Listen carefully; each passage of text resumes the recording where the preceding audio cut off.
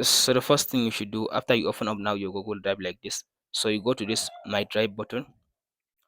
After you go to My Drive, now you select the folder you want to duplicate. So now I will duplicate, let's say, this folder. Right click on the folder.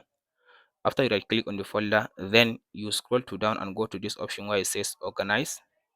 After you go to this organize, then you click on this where it says add shortcut.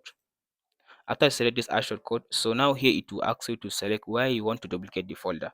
So for this option, for this video, let's say I want to duplicate the folder to, let's say, this folder.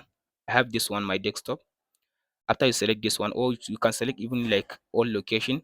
So let's say I want to duplicate the folder inside my drive like this, and then you click on this add button.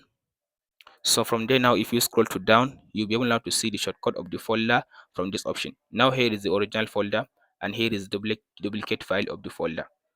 And that's it guys on how to duplicate a folder in Google Drive. Be sure to like and subscribe.